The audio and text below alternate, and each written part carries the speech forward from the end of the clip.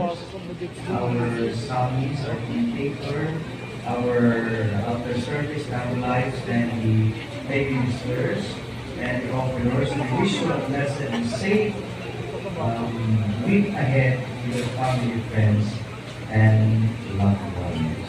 The Lord be with you. And with your spirit. Bow your heads and pray for God's holy blessings. May God, who by the resurrection of the only begotten Son was pleased to confer on you the gift of redemption and of adoption, give you gladness by His blessing. Amen. May He, by whose redeeming word you have received the gift of everlasting freedom, make you heirs to an eternal inheritance. Amen. And may you, who have already risen with Christ and baptism through faith, by living in a right manner on the earth, on this earth, be united with Him in the homeland of heaven. Amen. And may the blessing of the Almighty God, the Father, the Son, and the Holy Spirit come down on you and remain with you forever. Amen. And as has been offered, go in the peace of Christ. Thanks be to God.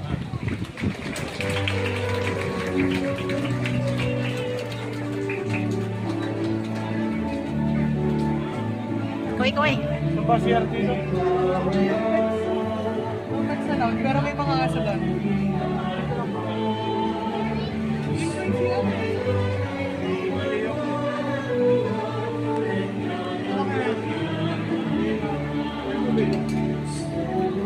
Tara. Wala eh.